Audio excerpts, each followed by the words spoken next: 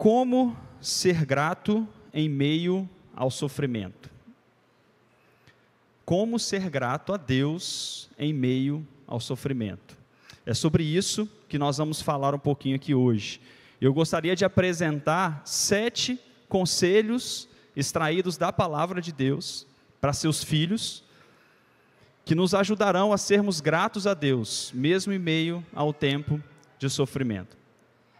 É muito fácil nós sermos gratos ao Senhor quando as coisas vão bem.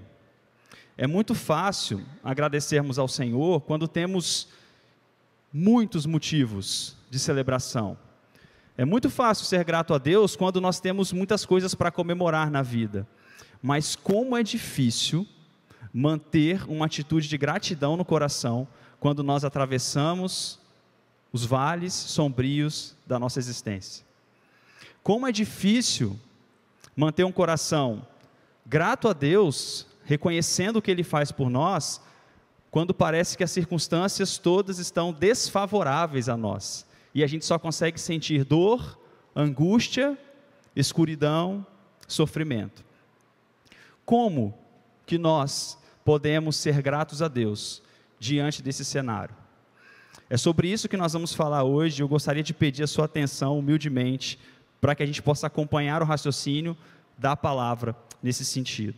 E para falar sobre isso, irmãos, eu gostaria de usar um livro específico da Bíblia, que é o livro de Filipenses, a carta que o apóstolo Paulo escreve aos Filipenses. Então você pode abrir, por gentileza, a sua Bíblia no livro de Filipenses, na carta de Filipenses, e nós vamos usar alguns textos desse livro para poder nortear a nossa reflexão, e vamos extrair desse livro alguns princípios por meio da vida do apóstolo Paulo, que nos encorajarão a ter um coração grato, ainda que passemos pelas privações e pelas lutas da nossa vida.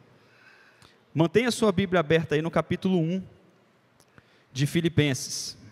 Nós vamos passear por esse livro durante essa mensagem. Mas antes de iniciarmos a leitura, eu queria te contextualizar um pouquinho, porque entender o contexto da carta aos Filipenses é essencial para que a gente consiga compreender o que o apóstolo Paulo está dizendo. Então, este livro, irmãos, a carta de Paulo aos Filipenses, que está presente aí no nosso Novo Testamento, ele foi escrito por Paulo enquanto ele vivia uma circunstância muito adversa. Paulo estava preso quando ele escreve esse livro. E ele não estava preso porque ele era algum tipo de bandido ou porque ele tinha cometido algum ato ilegal. Mas ele estava preso simplesmente por defender a sua fé e por pregar o Evangelho de Jesus Cristo. Essa carta foi escrita por volta do ano 60 a 62 depois de Cristo. Paulo, durante a sua segunda viagem missionária, havia passado por uma região chamada Macedônia, no mundo antigo, no Império Romano, e nessa região chamada Macedônia havia uma cidade chamada Filipos. E Paulo então passa pela cidade de Filipos, que era uma colônia, uma província romana, e ele prega o Evangelho do Senhor Jesus Cristo naquela cidade. Ele funda então ali a igreja em Filipos, constitui liderança naquela igreja, e o texto onde nós acompanhamos essa história está lá no livro de Atos dos Apóstolos, no capítulo 15, que narra a segunda viagem missionária de Paulo. E nós vemos naqueles relatos, no capítulo 15, capítulo 16, que quando Paulo funda a igreja, ele é duramente perseguido pelas pessoas que moravam lá em Filipos, os que eram contrários à fé cristã.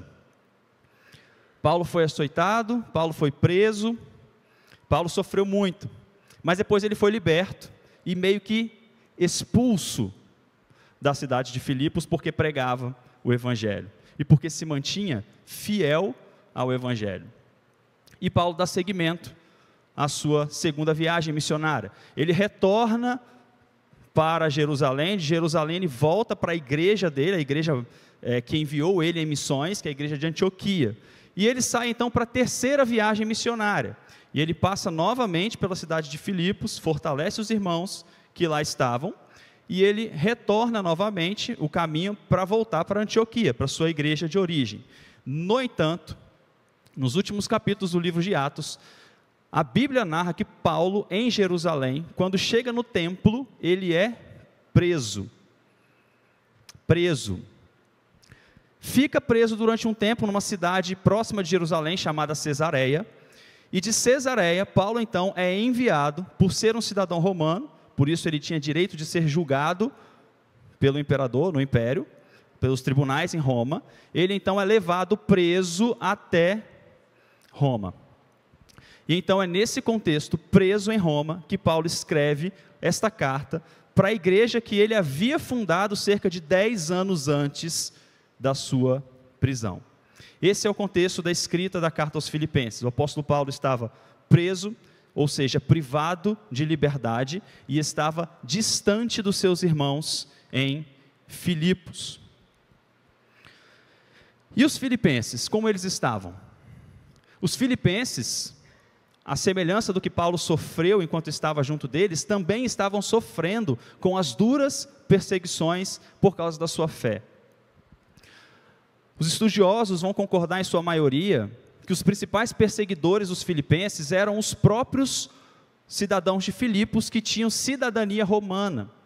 Por serem cidadãos romanos, eles prestavam culto a César, ao imperador de Roma, ao grande imperador do Império Romano. Mas aqueles crentes, aqueles novos convertidos, aquelas pessoas que creram na pregação de Paulo, creram no Evangelho do Senhor Jesus Cristo, eles se recusavam a prestar culto ao imperador. Certamente, esse tipo de posicionamento trouxe para eles a perseguição, trouxe para eles o desgosto de terem que enfrentar pessoas extremamente truculentas, arrogantes, opressoras, que queriam a todo custo acabar com a fé cristã que estava se desenvolvendo ali na cidade de Filipos. Então nós temos, de um lado, o apóstolo Paulo preso, escrevendo a carta. E do outro lado nós temos a recente igreja de Filipos, fundada há pouco mais de 10 anos, que estava sofrendo duras perseguições. E essa igreja em Filipos, ela envia um homem chamado Epafrodito, um dos líderes da igreja. Envia este homem até a cidade de Roma, para que ele pudesse levar algumas doações financeiras ao apóstolo Paulo, para ajudá-lo naquela estadia dele, enquanto estava ali em Roma. Epafrodito então traz algumas notícias dos filipenses, do sofrimento que eles estavam vivendo. E Paulo então, por meio do mesmo Epafrodito, pretende enviar uma carta de volta. Carta esta, a que nós vamos ler, que é a carta aos Filipenses. Então, a carta aos Filipenses é uma carta que o apóstolo Paulo escreve aos crentes em Filipos como resposta àquela carta que ele havia recebido desses irmãos. E o contexto, o pano de fundo, é o intenso sofrimento. Um sofrimento diferente do que nós vivemos hoje, porque nós não vivemos nem de perto o sofrimento causado pela perseguição do Evangelho. Nós não vivemos isso aqui no Brasil. Pelo menos até hoje, nós não vivemos isso aqui no Brasil. Irmãos, eu preciso fazer uma breve observação em relação ao sofrimento, antes da gente começar a enumerar esses conselhos. Existem 2 tipos de sofrimento, basicamente, que nós estamos sujeitos na nossa vida. Existe o sofrimento que ele vem como provação. O sofrimento que Deus permite que nós passemos por ele como provação da nossa fé. É o que Tiago fala na sua carta no capítulo 1. Felizes são aqueles, eu tenho por motivo de grande alegria passarem por várias provações, porque as provações confirmam a sua fé e te dão perseverança. Então, filhos de Deus, genuínos que amam o Senhor, passam por sofrimentos que são enviados da parte de Deus, pela permissão de Deus. Somos acometidos por esses sofrimentos. E ele é necessário para provar a nossa fé. Veja que esse tipo de sofrimento não depende de mim, não sou eu que causo.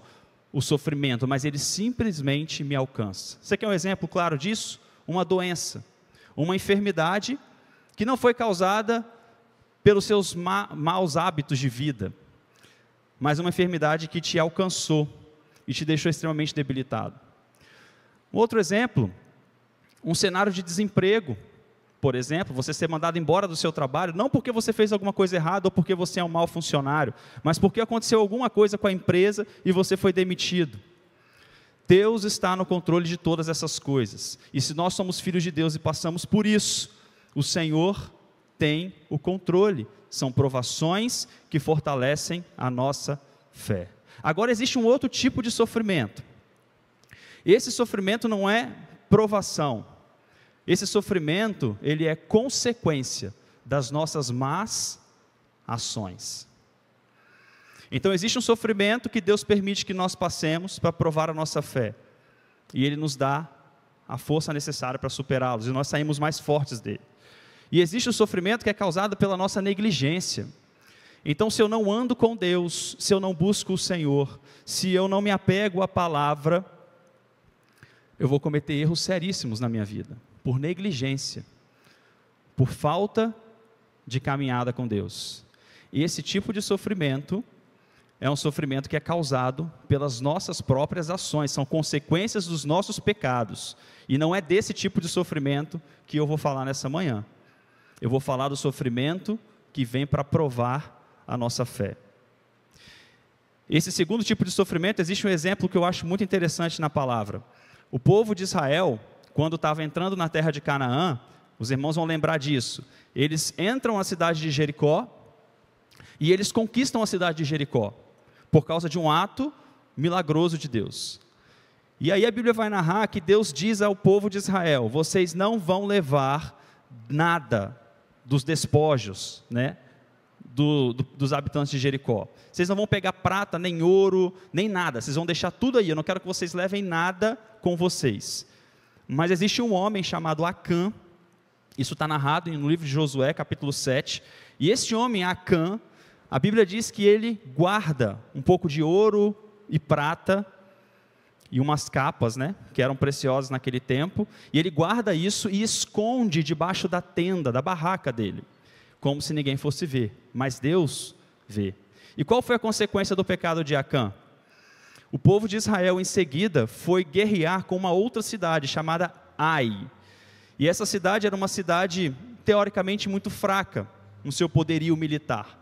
E os israelitas, então, soberbos, entendendo que poderiam vencer facilmente, enviam poucos homens, e eles são humilhados pelo exército da cidade de Ai.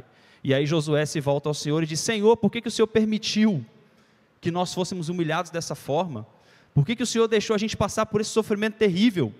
Aí Deus vira para ele e fala bem assim: Josué, por que você está de cabeça baixa, jogando cinzas sobre a sua cabeça, numa atitude de humilhação, dessa forma? Por que você está falando dessa forma comigo? Vocês perderam, porque há pecado no meio de vocês. Porque alguém do meio de vocês desobedeceu a minha palavra e pecou. E ainda que vocês não estejam vendo, eu, o Senhor, estou vendo. E por causa desse pecado, vocês foram derrotados nessa batalha. Ou seja, o sofrimento que o povo passou foi consequência do pecado que eles cometeram. E o que Deus falou foi que aquilo fosse imediatamente tratado, e aquele pecado deveria ser eliminado do meio do povo. Então, irmãos, o sofrimento que você traz sobre você mesmo, por causa das suas más atitudes, este sofrimento você vai ter que resolver, eliminando o pecado, tratando o pecado. Mas este outro sofrimento que nós vivemos enquanto povo de Deus, para provar a nossa fé, é sobre esse sofrimento que nós vamos falar nessa manhã. Como ser grato a Deus diante de um câncer? Como ser grato a Deus diante de privações que nós vivemos na nossa vida, não porque nós queremos, mas porque estamos sendo fiéis ao Senhor e caminhando segundo a vontade dEle. Como ser gratos a Deus diante de um cenário ruim, mesmo que sejamos fiéis a Ele? A primeira coisa, conheça, lembre-se e confie na palavra de Deus.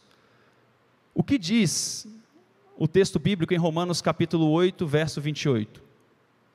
Todas as coisas cooperam para o bem daqueles que amam a Deus, que são chamados segundo o seu propósito. O que a Bíblia está dizendo? É simples. Todas as coisas cooperam para o bem daqueles que amam a Deus. Todas as coisas. Então o que a gente precisa entender é, eu amo a Deus de verdade, eu conheço o Senhor e eu amo o Senhor. Se isso for uma verdade para mim, então eu posso descansar, entendendo que ainda que eu passe pelo vale da sombra da morte, Deus está no controle e aquilo está cooperando para o meu bem. Aí você diz, mas como isso pode cooperar para o meu bem se eu estou vivendo uma doença, uma enfermidade? O bem que a Bíblia diz, não é o bem que eu acho que é bom para mim, mas é o bem que Deus sabe que é bom para mim. Então, às vezes nós não entendemos, talvez você não entenda, porque você está vivendo esse momento difícil na sua vida, mas se você crê no Senhor, e se você é temente ao Senhor, e é fiel a Deus, creia que isso coopera para o seu bem. Conhecer o versículo é fácil, lembrar o versículo é fácil, difícil é confiar no que a palavra de Deus está dizendo. E o que nós precisamos é confiar na palavra de Deus. Então a primeira coisa, irmãos, confie. Está tudo nebuloso ao seu redor, mas analise a sua vida. Isso é fruto do seu pecado? Não. Então confie no Senhor. Confie de que Ele é fiel à palavra dEle, e por isso, inclusive esse seu sofrimento, cooperará de alguma forma para o seu bem. O segundo aspecto, e agora nós vamos entrar aí no livro de Filipenses, eu queria te convidar a ler a partir do versículo, do capítulo 1, a partir do versículo 3. A Bíblia diz bem assim, Filipenses 1:3, dou graças ao meu Deus por tudo que lembro de vocês,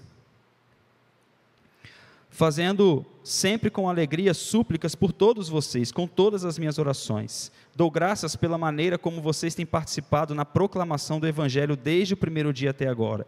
Eu estou certo de que aquele que começou boa obra em vocês, há de completá-la até o dia de Cristo Jesus. Aliás, é justo que eu assim pense de todos vocês, porque os trago no coração, seja nas minhas algemas, seja na defesa e confirmação do Evangelho, pois todos vocês são participantes da graça comigo. Pois Deus é testemunha da saudade que tenho de todos vocês no profundo afeto de Cristo Jesus. Para termos um coração grato diante da angústia da vida, é necessário que nós procuremos desenvolver relacionamentos profundos com pessoas que amam a Deus, porque elas serão motivo de gratidão para nós, quando nós enfrentarmos as mazelas da vida. Como estão os seus relacionamentos? Quais são as pessoas com as quais você gasta a sua vida? Você se encontra com essas pessoas para conversar sobre as superficialidades da vida? Você se encontra com essas pessoas para viver uma espécie de grande convenção social, onde ninguém se abre por inteiro, então eu só coloco para fora aquilo que não me compromete, e o outro também só coloca para fora aquilo que não compromete ele? É esse tipo de relacionamento que você tem vivido, ou você possui amigos, irmãos, que amam a Deus de todo o coração? Porque o que nós vemos aqui no texto que acabamos de ler, é que o apóstolo Paulo, como ele mesmo diz, eu trago vocês no meu coração, sinto saudade de vocês. Por quê? Porque vocês são fiéis cooperadores na proclamação do Evangelho.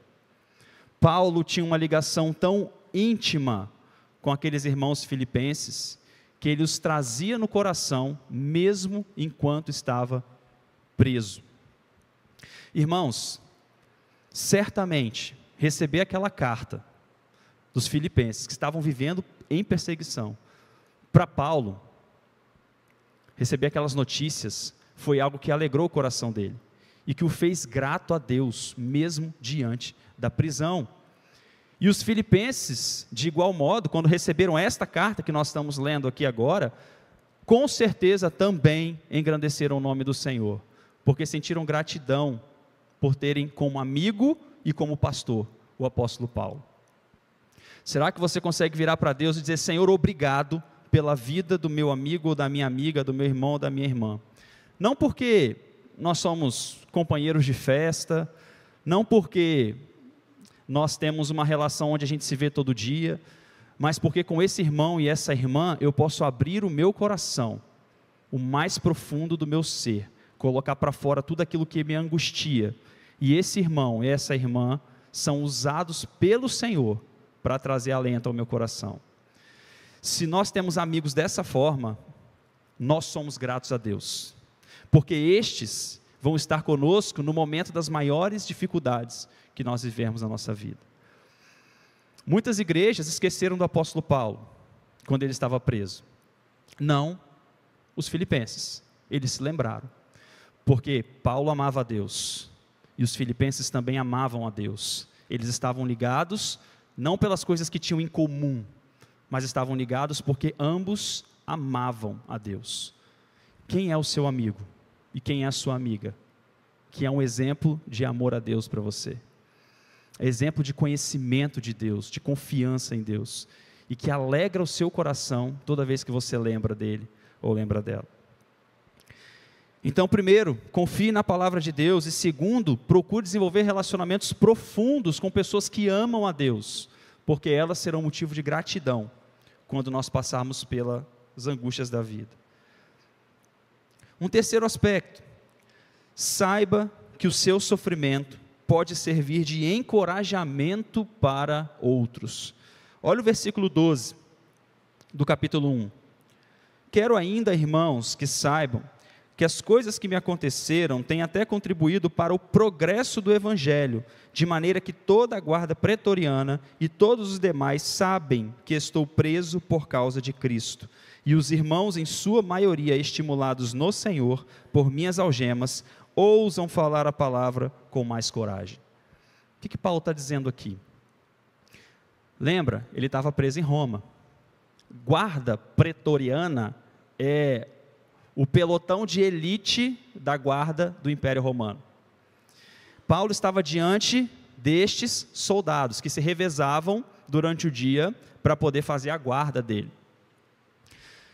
Pensa agora nos irmãos cristãos, crentes em Deus, que moravam em Roma. Irmãos, no ano 60, ano 62, depois de Cristo, quem governava o mundo conhecido era um homem chamado Nero. Ele era imperador de Roma e foi um dos grandes perseguidores da igreja cristã. Cometeu atrocidades terríveis, porque ele não era só um homem mau, mas ele era um homem louco. A própria história fala da loucura de Nero. Então ele perseguia duramente todos os cristãos. Você imagina como a igreja em Roma estava vivendo um desânimo, porque viam as perseguições o tempo inteiro aumentando por causa de Nero. E aí, de repente, um grande expoente da fé cristã, o apóstolo Paulo, está preso nessa cidade. E aí, quando a igreja de Roma olha para esse contexto, eles veem o homem fiel a Deus preso, mas que não renuncia à sua fé. Muito pelo contrário, ele continua pregando o evangelho. E mais, ele prega o evangelho para a guarda pretoriana. Paulo evangeliza inclusive os soldados que estavam incumbidos de vigiá-lo. Era um homem que vivia Cristo o tempo inteiro. E ele mesmo diz que esse sofrimento que ele estava vivendo estava servindo de encorajamento para os crentes, os irmãos em Roma. Então, os irmãos em Roma agora viam que era possível manter a fé genuína em Cristo, mesmo diante da perseguição, porque Paulo estava dando testemunho disso. Irmãos, talvez você esteja passando um momento muito difícil, de muito sofrimento, de muita privação, que talvez você não tenha nem compartilhado com ninguém. Mas saiba que Deus pode usar a sua vida e o seu sofrimento para abençoar a vida de outra pessoa. Porque nós cristãos não vivemos para nós mesmos. A diferença que nós temos para o restante do mundo é que nós somos tão unidos em amor, temos uma unidade tão grande, que isso constrange os que são de fora. Jesus diz: nisto conhecereis que vós sois meus discípulos, se vos amardes uns aos outros. Então, não enxergue o seu sofrimento como uma punição de Deus.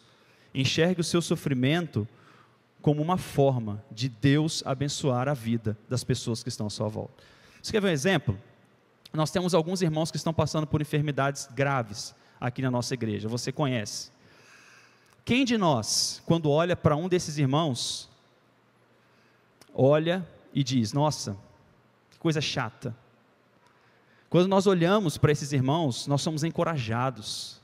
Quando nós vemos essas pessoas passando privações, mas vindo aqui ao culto, estando presente aqui ao culto, no culto, mesmo diante do sofrimento extremo, isso nos encoraja, porque nós vemos Deus agindo através da vida dessas pessoas.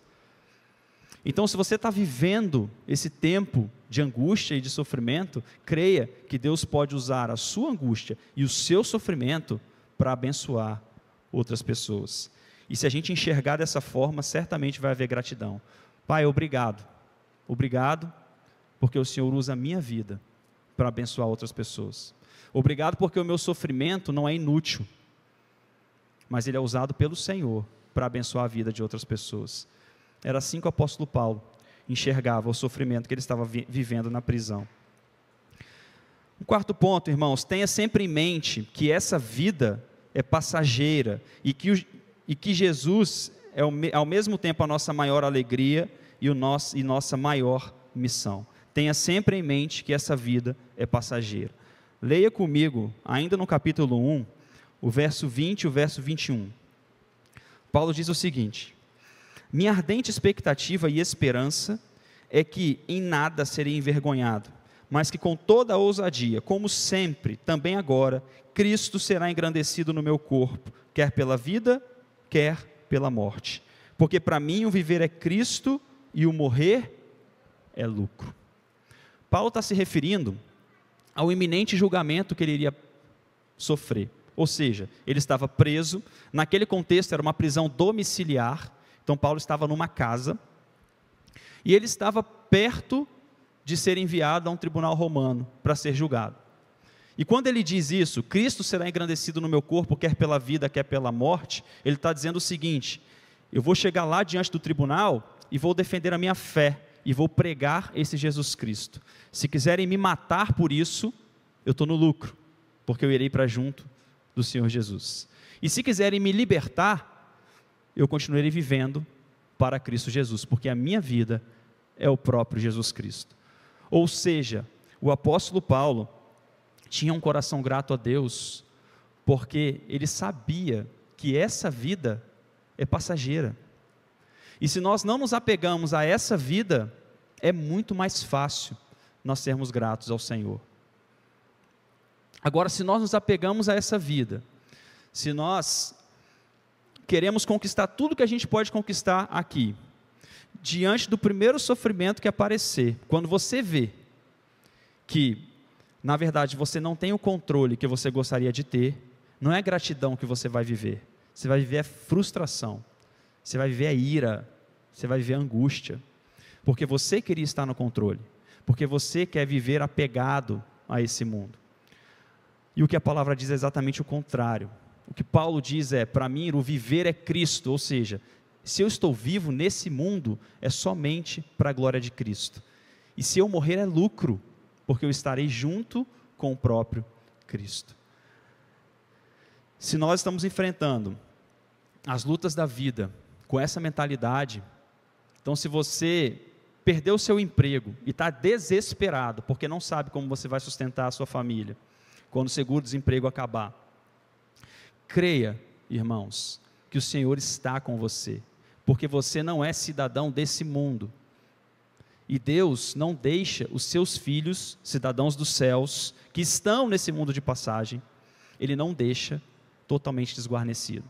Então você não vai viver esse sofrimento aí o tempo inteiro, para sempre. Confie no Senhor, não se apegue à realidade material, se apegue à realidade que é espiritual, e você vai ver a gratidão fluindo no seu coração. Quinto ponto, Lembre-se que por maior que seja o seu sofrimento, ele nunca poderá ser comparado ao que o Senhor Jesus sofreu por nós. Molhei tudo aqui. Leia capítulo 2. Olha o que Paulo diz a partir do verso 5. Tenha entre vocês o mesmo modo de pensar de Cristo Jesus, que mesmo existindo na forma de Deus, não considerou ser igual a Deus algo que deveria ser retido a qualquer custo. Pelo contrário, ele se esvaziou, assumindo a forma de servo, tornando-se semelhante aos seres humanos, e reconhecido em figura humana, ele se humilhou, tornando-se obediente até a morte, e morte de cruz. Qual é o tamanho do seu sofrimento? Qual é o tamanho do nosso sofrimento? Ele pode ser comparado ao que o Senhor Jesus viveu naquela cruz? Por maior que seja a angústia do nosso coração, é possível compará-la ao que o Senhor Jesus viveu naquela cruz? Se você entender o que significa a crucificação de Cristo, sofrimento nenhum nessa vida pode ser capaz de acabar com a sua gratidão a Deus. Porque o que Jesus fez na cruz, nenhum outro homem que existiu, que existe ou que ainda vai existir, poderia viver e suportar. Somente o próprio Filho de Deus. E ele suportou aquilo, irmãos, por nós. Suportou aquilo por você. Suportou o peso do pecado de toda a humanidade, de todos os seres vivos, de todas as eras, de todas as gerações, por amor. Não tem como comparar aquele sofrimento com o nosso sofrimento, independente de qual seja. Então, se você nutre uma vida de intimidade com Deus, de relacionamento com Ele, de leitura e meditação na palavra, todas as vezes que você se vê desanimado por causa das dores, das lutas, Deus te fará lembrar do que Cristo viveu naquela cruz. E se a sua dor for tão grande, que você chegue até a não conseguir enxergar o final do túnel, não ver luz no final do túnel, confie de que a pior coisa que pode acontecer para nós nesse mundo é morrer. O maior desafio que todo ser humano enfrenta é a morte. Mas nós acabamos de ver que para nós a morte é lucro, não é perda, é lucro. Então, se nós tivermos essa mentalidade, se nós tivermos no coração essa certeza, essa convicção e esse senso do que Jesus viveu na cruz, e que aquilo é muito maior do que o que nós estamos vivendo hoje, irmãos, nós vamos ter gratidão a Deus. É só você pensar nas nossas relações humanas. Vamos colocar um exemplo aqui. Você está vivendo um momento difícil na sua vida, aí chega um irmão para você e compartilha uma situação que ele está vivendo, que é muito pior do que a sua, aos seus olhos. Aí você diz, nossa, você chega em casa e fala, Deus, obrigado, porque o que eu estou vivendo não é nada perto do que as pessoas estão vivendo por aí. Meu problema não é nada comparado ao problema do meu irmão. Não é assim que a gente faz?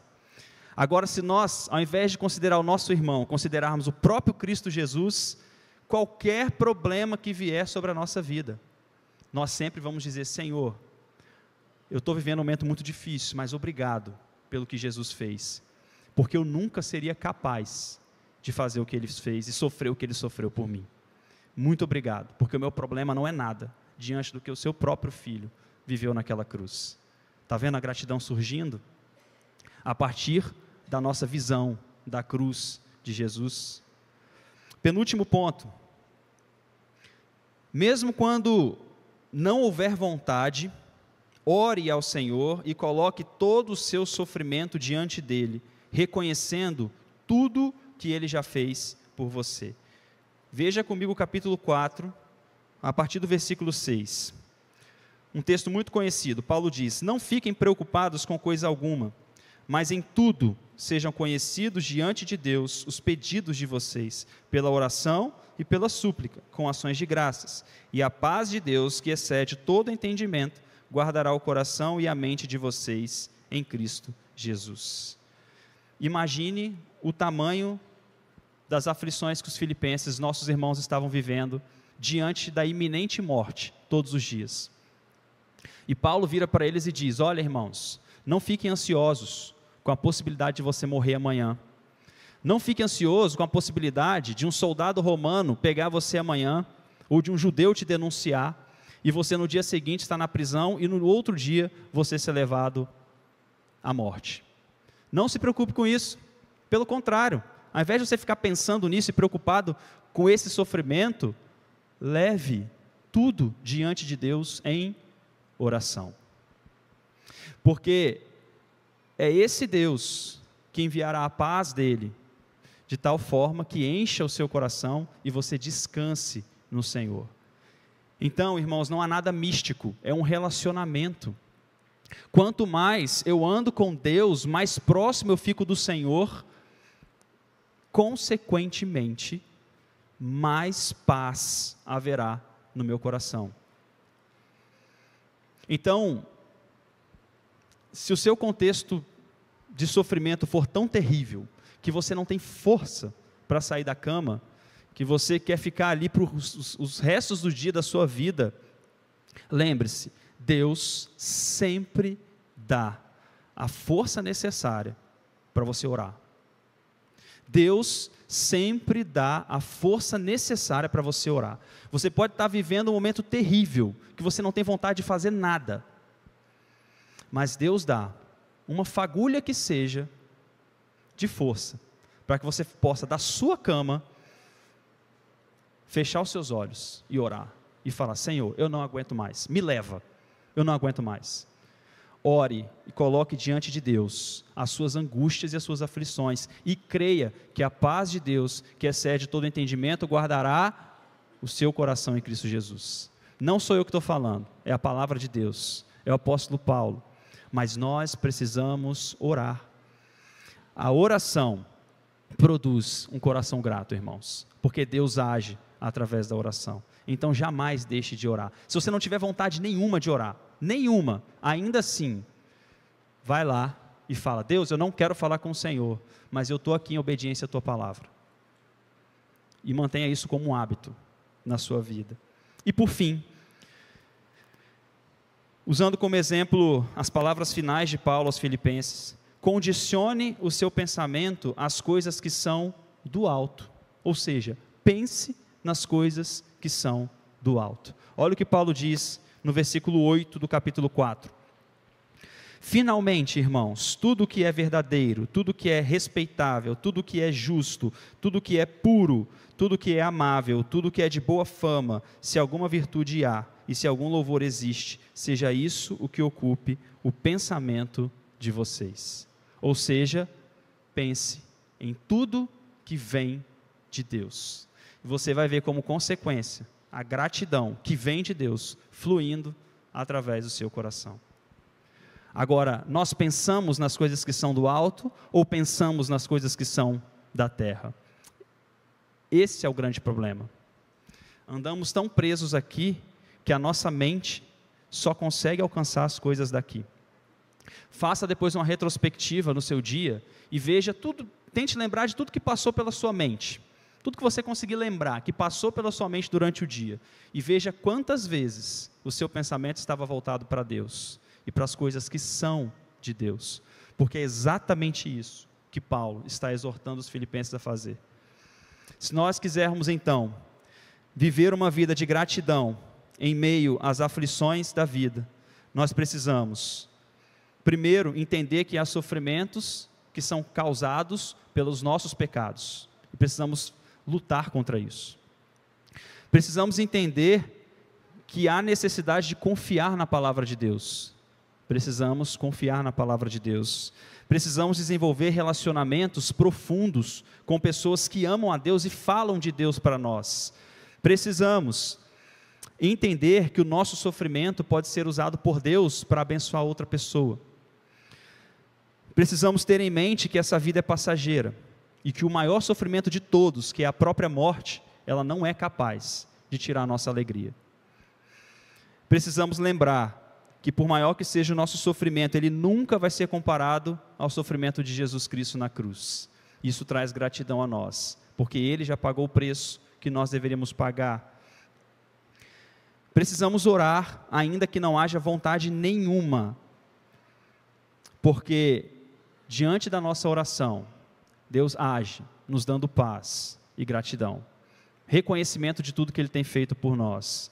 E por fim, precisamos pensar em todas as coisas que são do alto, condicionar o nosso pensamento a isso, resistir àqueles pensamentos inúteis que insistem em passar pela nossa mente o tempo inteiro, mas condicionar a nossa mente às coisas que são do alto.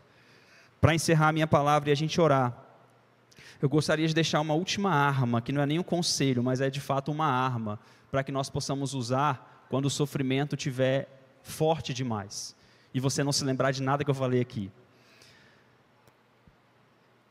O próprio apóstolo Paulo, em Romanos capítulo 8, um texto muito conhecido por todos nós, diz: quem nos separará do amor de Cristo? Será a tribulação, ou será a angústia, ou a perseguição, ou a fome, ou a nudez, ou o perigo, ou a espada? Porque está escrito: por amor de ti, somos entregues à morte continuamente, fomos considerados como ovelhas para o matadouro.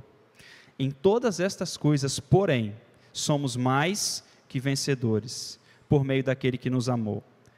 Porque eu estou bem certo de que nem a morte, nem a vida, nem os anjos, nem os principados, nem as coisas do presente, nem as coisas do porvir, nem os poderes, nem a altura, nem a profundidade, nem qualquer outra criatura poderá nos separar do amor de Deus que está em Cristo Jesus nosso Senhor.